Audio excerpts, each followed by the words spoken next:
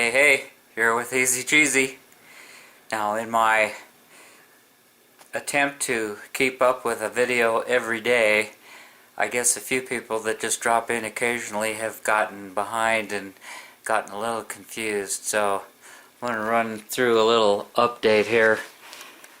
My major engine project that got us into the Sandmaster Mystery engine was just that. All the rotating parts are at the balancers. That'll go into this case, which, as it turned out, was a 1600 stock case that is going into the Baja that was there when I got the car. So while we're waiting for that, I will need heater boxes and an exhaust system for this. All that equipment was on my 2110, which I just took out of the Baja because I had been running it while this one was being rebuilt.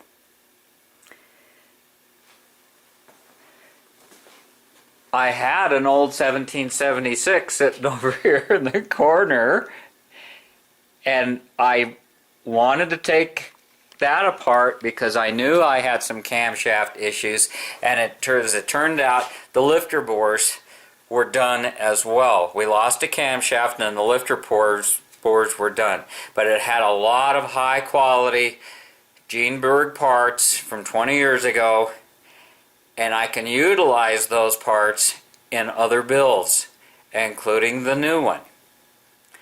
And for years I've been running 9.5 to 1 compression on this 2110 that's on the stand now.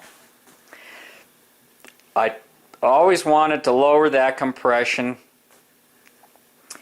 but I just never got around to it. I had enough engines to go around. I would just throw this one in for a while, run it, and I had an extra piece of tin underneath it to keep the sand out, and so that it was easier to stick in a car, so I didn't have to take the pulley on, because the Berg pulleys are a nice tight fit.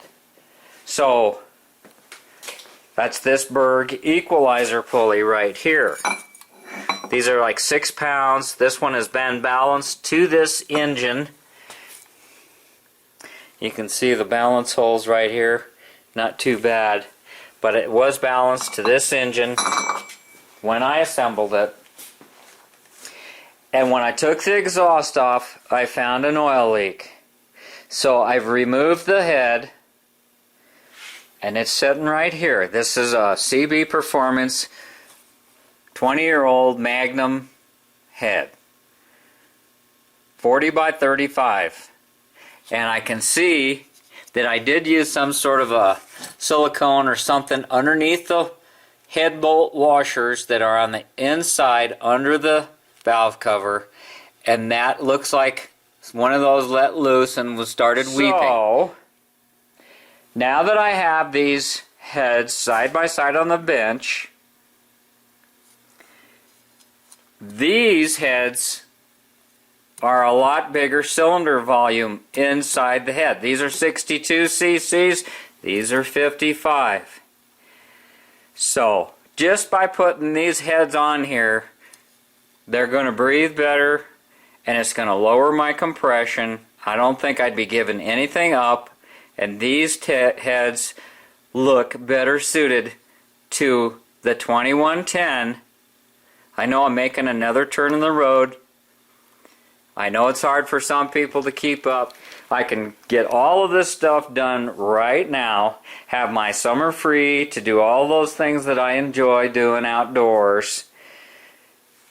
The 2110 will be of the compression that I can run in anything at any time. The new 1800, hopefully, will be something that I can put in the car and take this trip and have satisfied my curiosity about that particular combination and engine build. The whole thing may be a flop. I don't know. I don't think so. I think it's going well, and I'm spending a little more time on it because I am pleased with the way that crankshaft and everything, the fitment of it, that's why I'm spending the extra money to get it balanced. Once this engine goes together, it'll be done. Once I get the 2110 done. Now, I want you to keep in mind something. This is a 20-year-old engine. And if you make a performance engine and you have it for that long, do not feel cheated if you have to do a little maintenance. And it's a lot easier to be ahead of the game. If you're running performance cams, dual springs, if you're revving it up, which I did in the early days on the sand, you're going to have to perform more maintenance. It's to your advantage to look at things from time to time.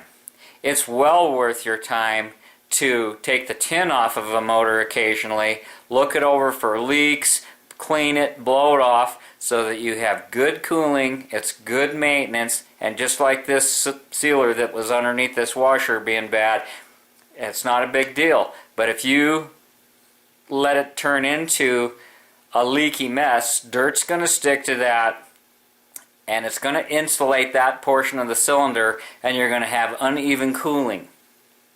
I know this makes perfect sense to some of you, but there's others that probably aren't aware of that. And true as to what some people think, if you were to buy a new Volkswagen back in the day, you would do good quality maintenance, and you would be fortunate for it to go the full 100,000 miles expected out of a car like that during that time.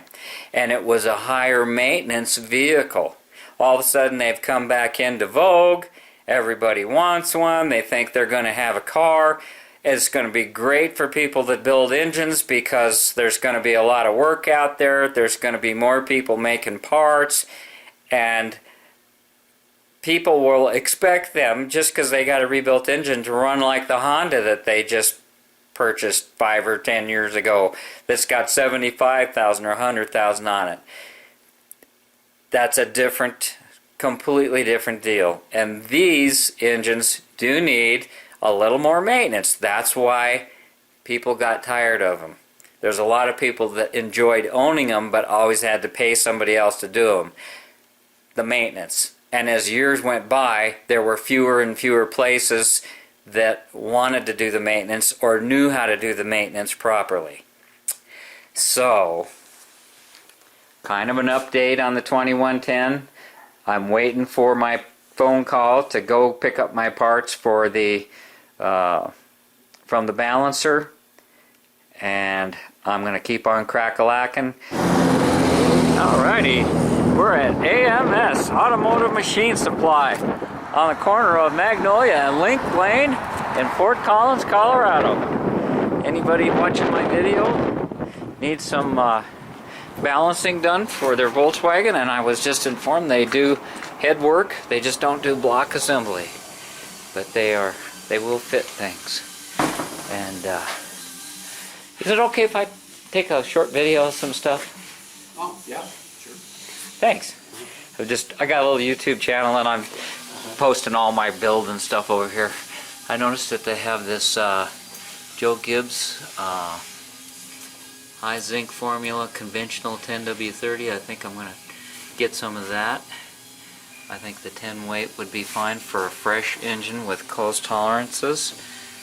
And then maybe later I'll move up to a little different, maybe 2050. I know that's pretty popular, and they seem to have a lot of that stuff. Well, I guess the sad news is it's not ready, but the good thing is I can finish getting my 2110 back together. Woohoo! Always something to do.